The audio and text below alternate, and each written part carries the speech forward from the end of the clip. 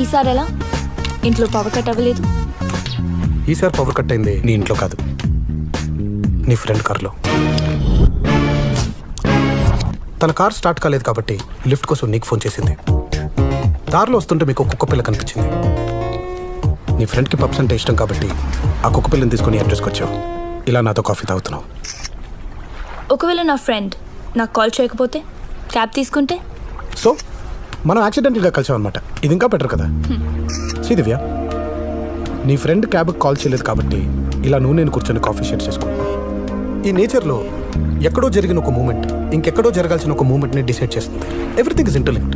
For example, ఈ table మీద coffee cups ఇలా ఉండడం వల్ల, అక్కడ వాళ్ళిద్దరు అలా మాట్లాడుకోవడం వల్ల, అతను అలా ఫోటోలు తీయడం వల్ల ఎక్కడో జరగాల్సిన ఒక మూమెంట్ ఇంకోలా జరుగుతూ ఉంటుంది.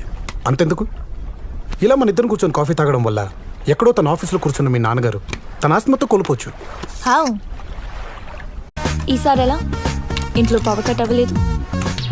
ఈసారి పవర్ కట్ అయింది నీ ఇంట్లో కాదు, నీ ఫ్రెండ్ కార్లో.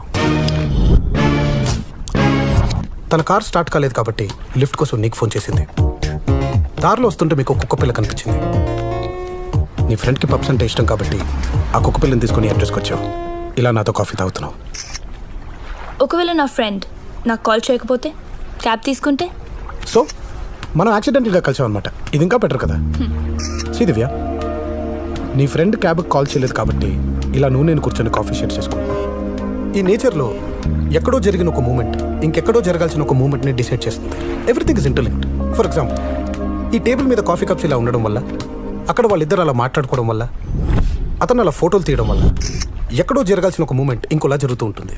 అంతెందుకు, ఇలా మన ఇద్దరు కూర్చొని కాఫీ తాగడం వల్ల ఎక్కడో తన ఆఫీస్లో కూర్చున్న మీ నాన్నగారు తన ఆస్తిమతో కోల్పోవచ్చు. హౌ?